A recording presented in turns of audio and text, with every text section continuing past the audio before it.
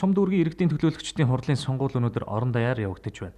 Үүнтэй холбогдуулан улсын хурлын дарга Мэй Гомбын энх болд Харьяа дүүрэг буюу Чингэлтэй дүүргийн сонгуулийн 1-р тойрог 2036 дугаар хэсгийн санал авах байранд 13 цагт иргэний үүргээ биелүүлж саналаа өглөө.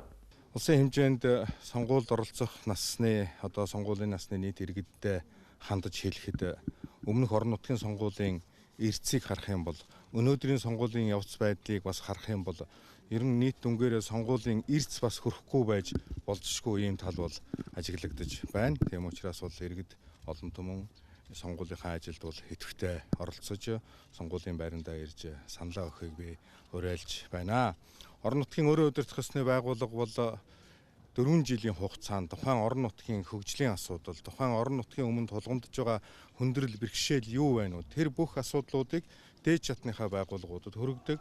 Дээд чатны байгууллагуудаас гаргасан шийдвэрийг орон нутгата хэрэгжилтийн зохион байгуулдаг үндсэн хуулийн бас ийм чухал байгууллага. Тийм учраас бол энэ өөрөө удирдах ёсны байгууллага байгуулахад иргэн бүр эрхийнхаа дагуу идэвхтэй оролцох нь зүйтэй гэж бодож байна. Улсын хурлын даргаыг санал өгөх үед тус хэсгийн сонгогчдын 17% саналаа өгöd байсан.